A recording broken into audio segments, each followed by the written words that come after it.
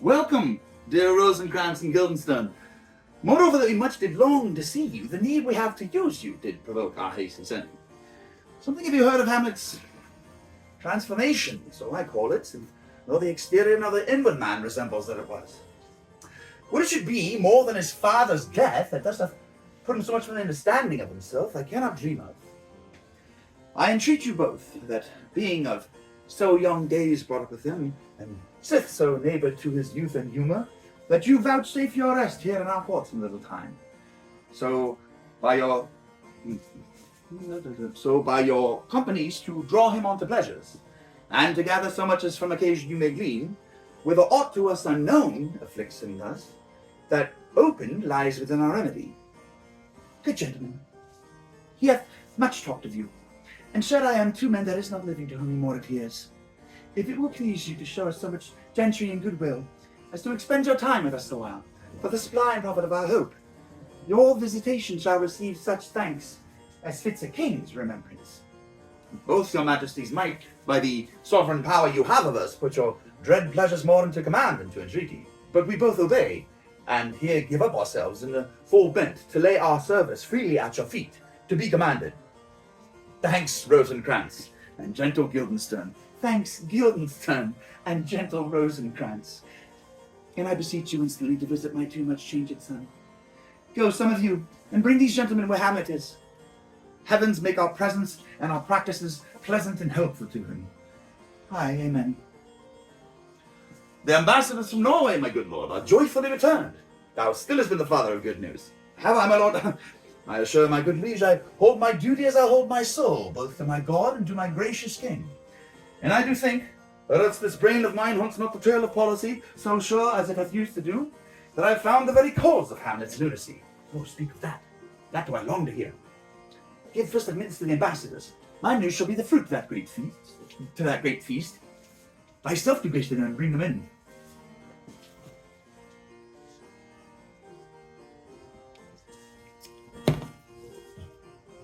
He tells me, my sweet queen, that he hath found the head and source of all your son's distemper. I doubt it is no other but Maine, his father's death, and our all hasty marriage. Well, we shall sift him. Welcome, my good friends. Say, Voltamand, what from our brother Norway? Most fair return of greetings and desires. Upon our first, he sent out to suppress his nephew's levies, which to him appeared to be a preparation against the Polack, but better looked into, he truly found it was against your highness, whereat grieved that so his sickness, age, and impotence was forcibly borne in hand, sends out arrests on Fortinbras, which he, in brief, obeys, receives rebuke from Norway, and in fine makes vow before his uncle never more to give the assay of arms against your majesty. Whereon old Norway, overcome with joy, gives him 3,000 crowns an annual fee, and his commission, so levied as before, to employ those soldiers so levied as before against the Polack, with an entreaty herein further shown, that it might please you to give quiet pass to your dominions for his enterprise, on such regards of safety and allowance as therein are set down. It likes us well, and at our more considered time we'll read, answer, and think upon this business. Meantime, we thank you for your well-took labour, for your rest. At night we'll feast together. Most welcome home. This business is well ended. My liege and madam, to expostulate what majesty should be, what duty is, why day is day, night is night, and time is time, were nothing but to waste night, day, and time. Therefore, since brevity is the soul of wit, and tediousness the limbs and outward flourishes, I will be brief. Your noble son is mad. Mad call I it, for to define true madness, what is to be nothing else but mad? But let that go. More matter with less art. Madam, I swear I use no art at all. But he is mad, 'tis true.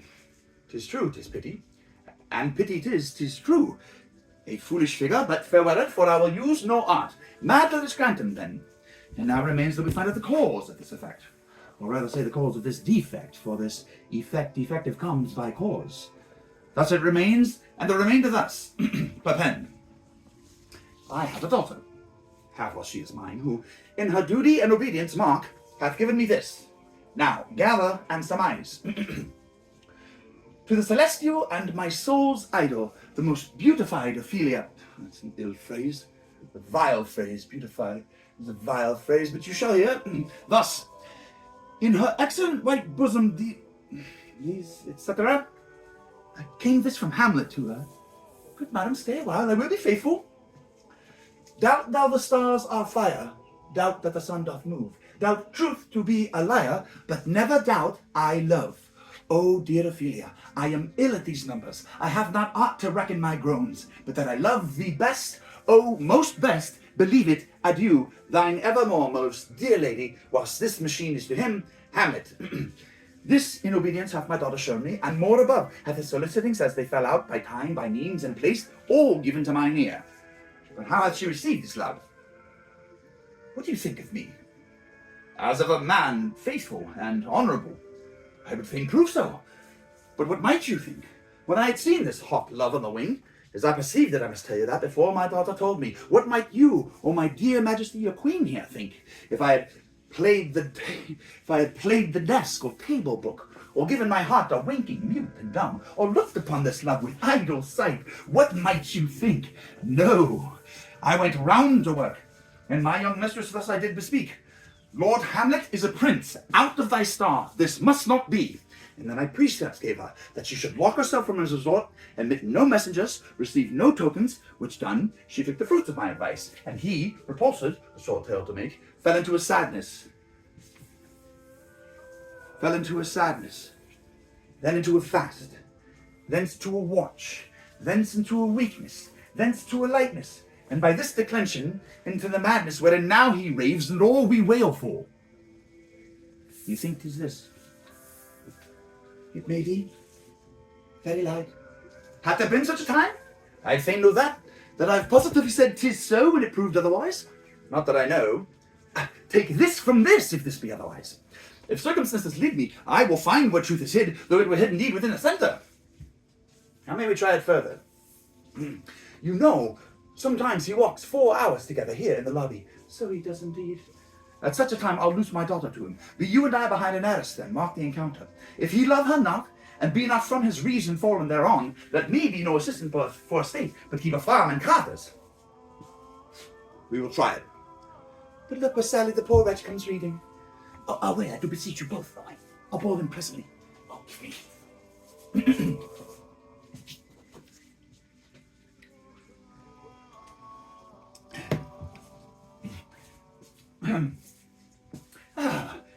How does my good Lord Hamlet?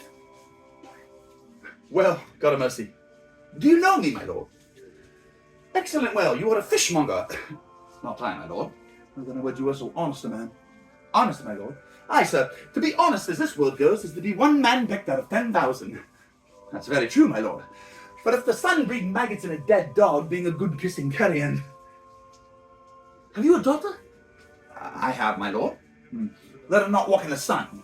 Conception is a blessing, but not as your daughter may conceive. A friend looked to it. How say you by that? Still harping on my daughter. Yet he knew me not at first.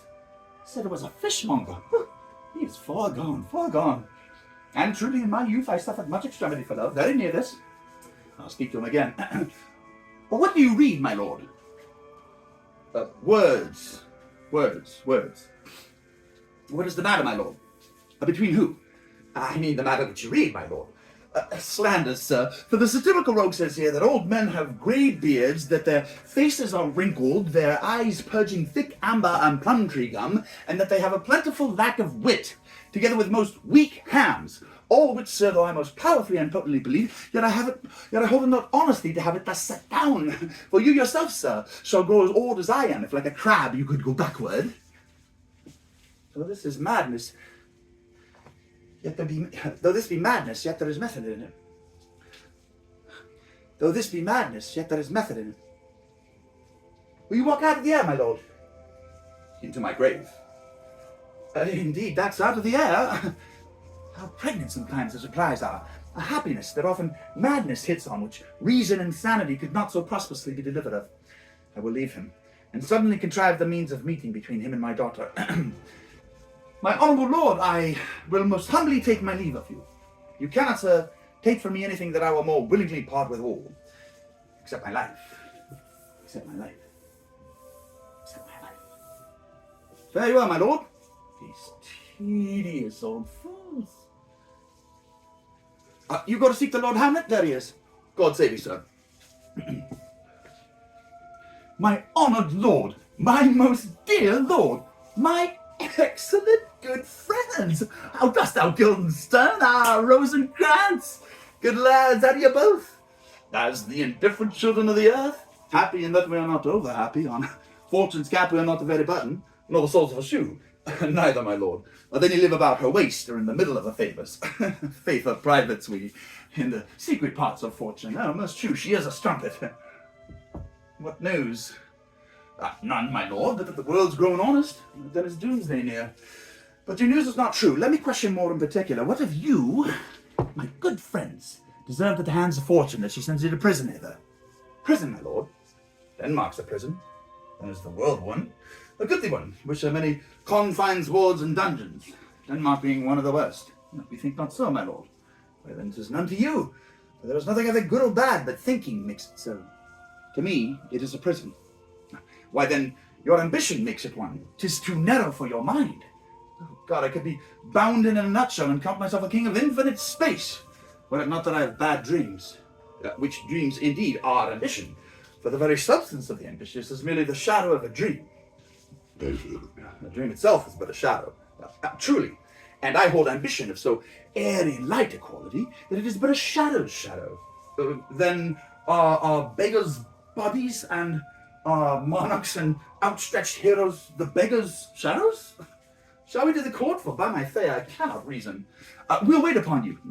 No such matter. I will not sort you with the rest of my servants, for to speak to you like an honest man, I am most dreadfully attended. But in the beaten way of friendship, what make you at Elsinore? To visit you, my lord, at no other occasion. Bigger that I am even poor in thanks. But I thank you. And sure, dear friends, my thanks are too dear a halfpenny. You're not sent for? Is it your own inclining? Is it a free visitation? Come, deal justly with me. Come. Nay, speak. What should we say, my lord? Why, anything but to the purpose. You were sent for, and there's a kind of confession in your looks which your modesties have not craft enough to colour. I know the good king and queen have sent for you. To what end, my lord? That you must teach me. But let me conjure you by the rights of our fellowship, by the constancy of our youth, by the obligation of our ever-preserved love, and by what more dear a better proposer could charge you withal, be even and direct with me, whether you were sent for or no. What say you? Nay, then I have you. If you love me, hold not off. My lord, we were sent for. I will tell you why. So shall my anticipation prevent your discovery, and your secrecy to the king and queen moult no feather. I have of late, but wherefore I know not, lost all my mirth, forgone all custom of exercise, and indeed it goes so heavily with my disposition that this goodly frame, the earth, seems to me a sterile promontory.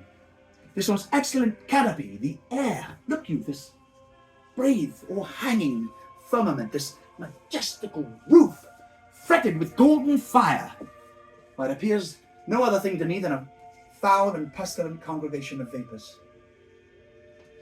What a piece of work is a man!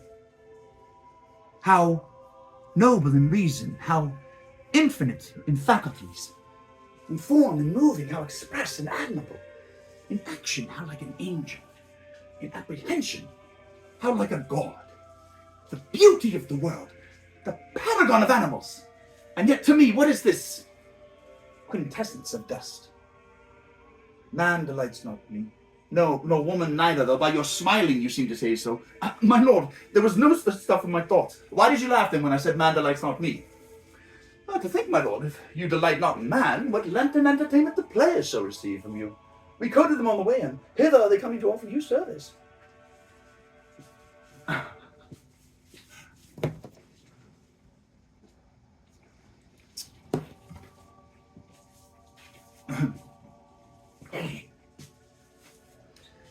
He that plays the king shall be welcome.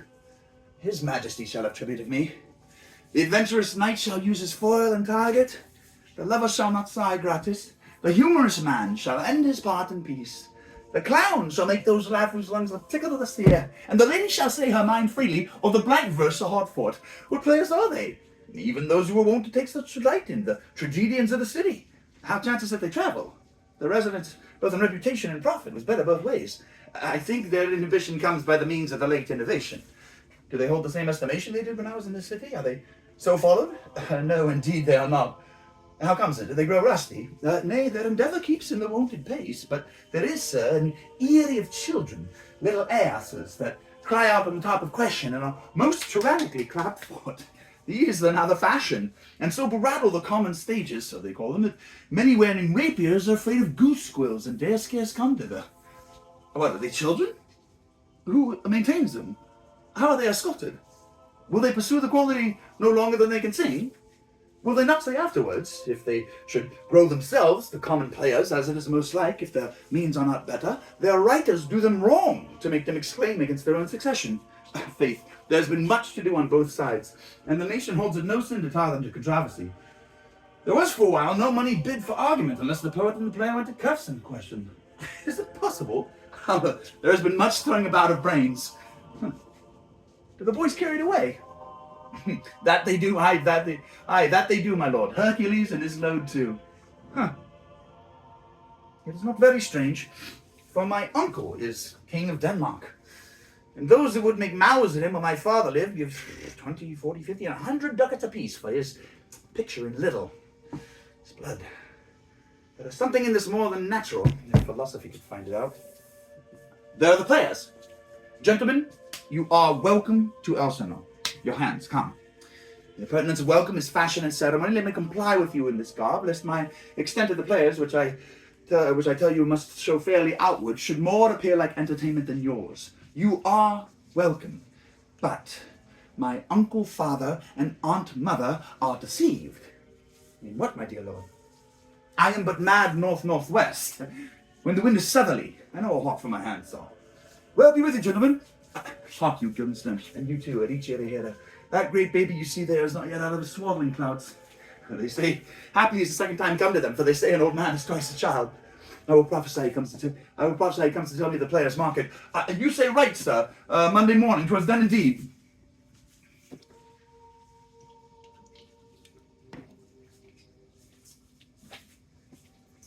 My lord, I have news to tell you. My lord, I have news to tell you. When Roscius was an actor in Rome, the actors had come hither, my lord.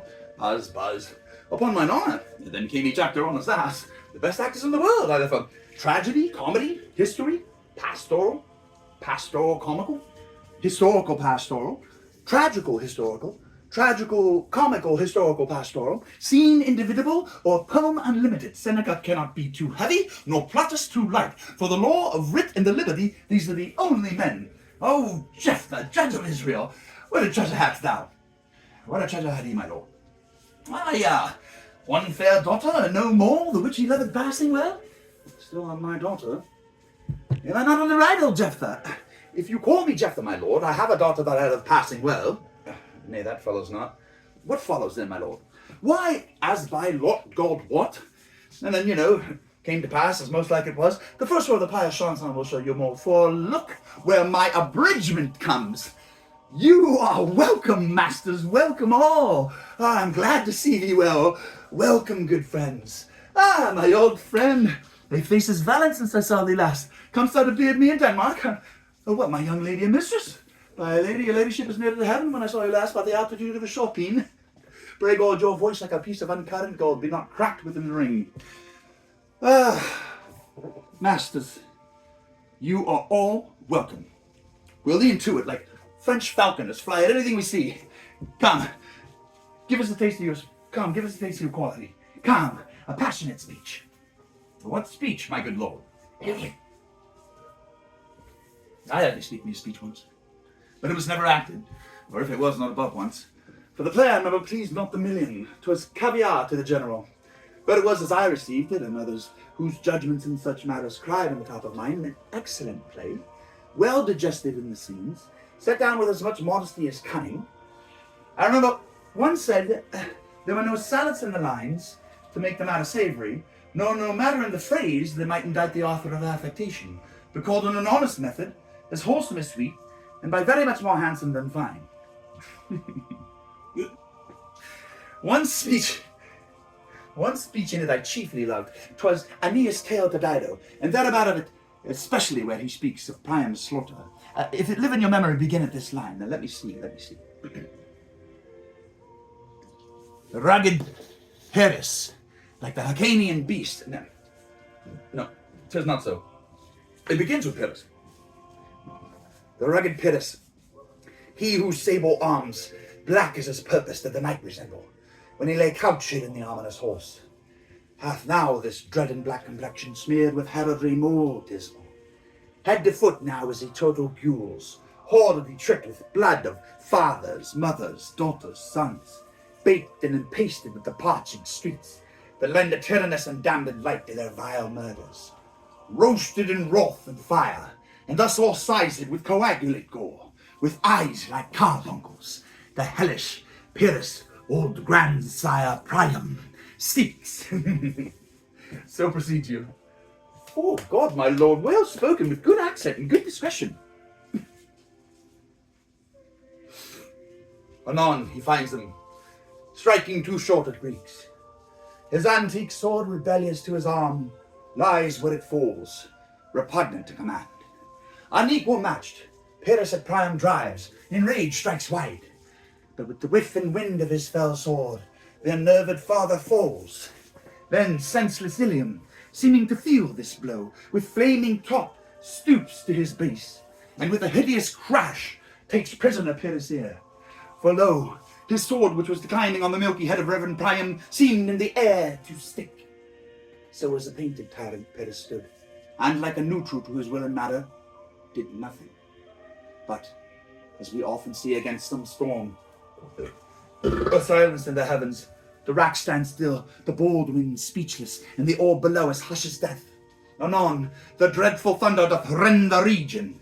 So, after Pyrrhus' pause, aroused vengeance set him new awork, and never did the Cyclops' hammers fall on Mars' armor forged for proof return with less remorse than Pyrrhus' bleeding sword now falls on Priam.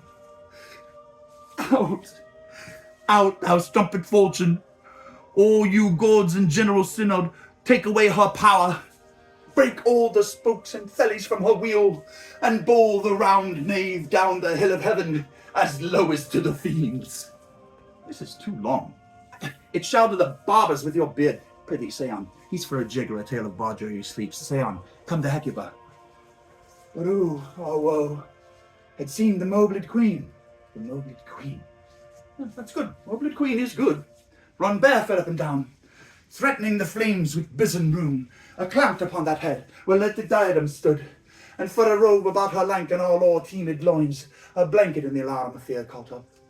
Who this had seen, with tongue in venom steeped, 'gainst fortune's state would treason have pronounced. But if the gods themselves did see her then, when she saw Pyrrhus make malicious sport in mincing with his sword her husband's limbs, the instant burst of clamour that she made, unless things mortal moved them not at all, would have made milch the burning eyes of heaven, and passion in the gods. Look what he has not turned his colour and his tears in his eyes. Prithee, no more. 'Tis well. I'll have to speak up the rest of this soon. Good my lord, will you see the players well bestowed? Be here, let them be well used, for they are the abstract and brief chronicles of the time. After your death, you will better have a bad epitaph than their ill report while you live. My lord, I will use them according to their deserts. God's bodykins, man, much better. Use every man after his desert, and who shall escape whipping. Use them after your own honour and dignity. The less they deserve, the more merit is in your bounty. But take them in. Come, sirs.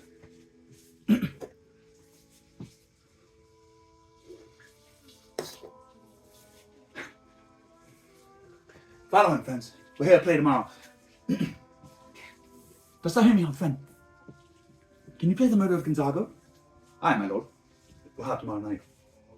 You could, for a neat study, a speech of some dozen or 16 lines which I had set down in a sermon, could you not? Aye, my lord. Very well. Follow that, Lord. Look him, mock him not. My good friends, I'll leave you till night. You are welcome to Elsinore. Good, my lord. Aye, so God be with you.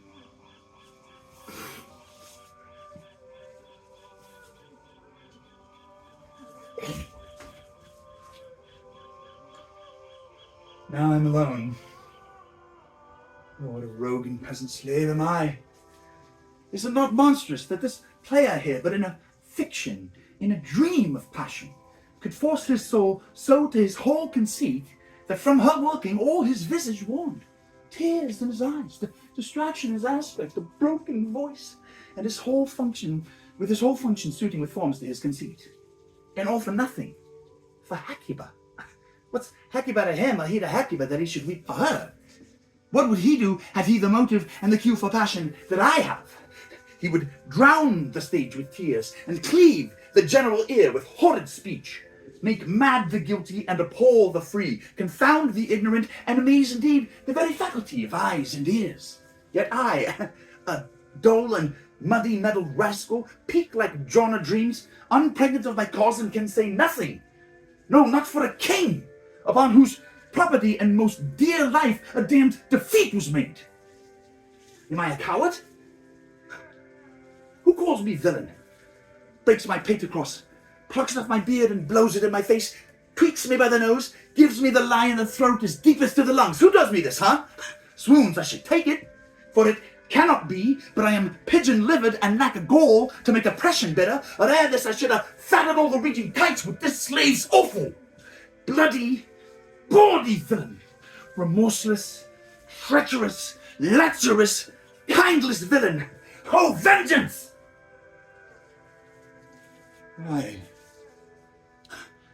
what an ass am I? Aye, sure, this is most brave, that I, the son of a dear father murdered, prompted to my revenge by heaven and hell, must like a whore unpack my heart with words, and fall a cursing like a very drab, a scullion. Fire upon it, foe!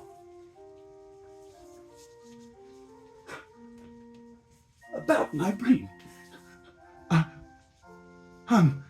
have heard that guilty creatures, sitting at a play, have by the very cunning of the scene been struck so to the soul that presently they have proclaimed their malefactions. For murder, though it have no tongue, will speak with most miraculous organ. I'll have these players play something like the murder of my father before mine uncle. I'll observe his looks. I'll tempt him to the quick.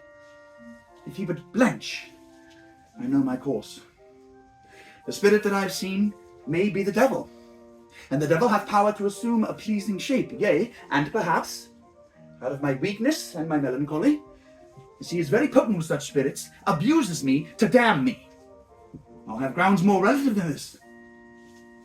Plays the thing, and I'll catch the conscience of the king.